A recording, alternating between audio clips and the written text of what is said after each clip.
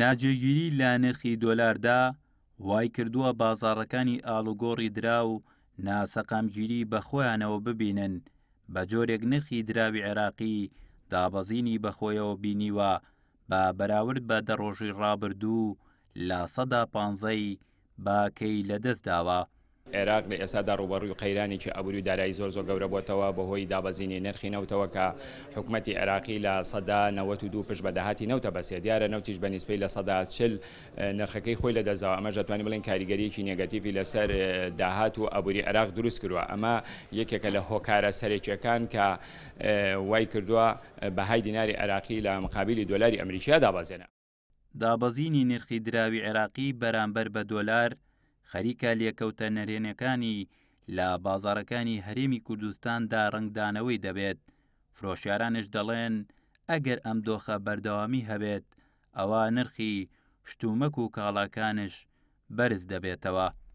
لە ئێستادا هیچ تەسیرێکی نییە بۆ ئێمە لەبەرەوەی وەجبە ئەشیامان هێنا و بە دۆلار هێناومانە، بەڵام ئەو پارەی کە دەستمانەکەوێتەوە ئەگەر بێت و ئەمە بەردەوام بێت ئێمە بچین جارێشکە دۆلاری پێ بکڕینەوە و ئەشیای پێبێنین ماوادی پێبێنین لەوەیە تەسیرمان تێکات لەو حاڵەتەیە بێ ئێمە سعر بەرزکەینەوە هی کەلوپەلەکان.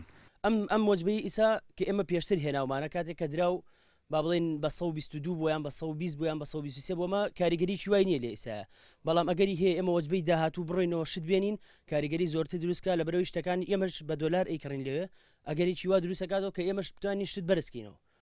سەرۆکی ژووری بازرگانی و پیشەسازی سلێمانیش دەڵێت بەرزکردنەوەی نرخی دۆلار بەرامبەر بە دینار هیچ سوودێک ناگەێنێت بە بازرگان و کاسبکاران جگە لە گرانبوونی نرخی کاڵا و لە دەستدانی بەهای دیناری عێراقی.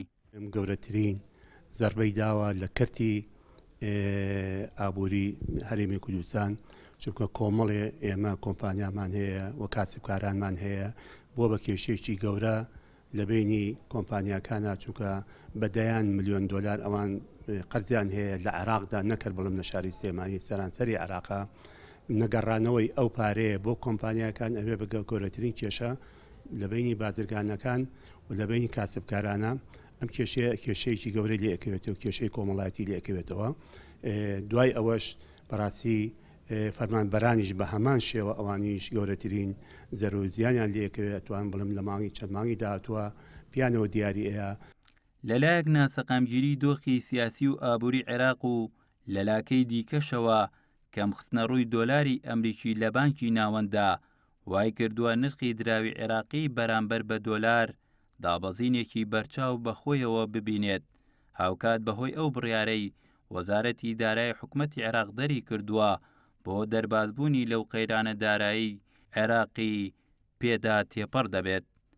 شاخەوان عەبدوڵڵا، گەلی کوردستان، سلێمانی.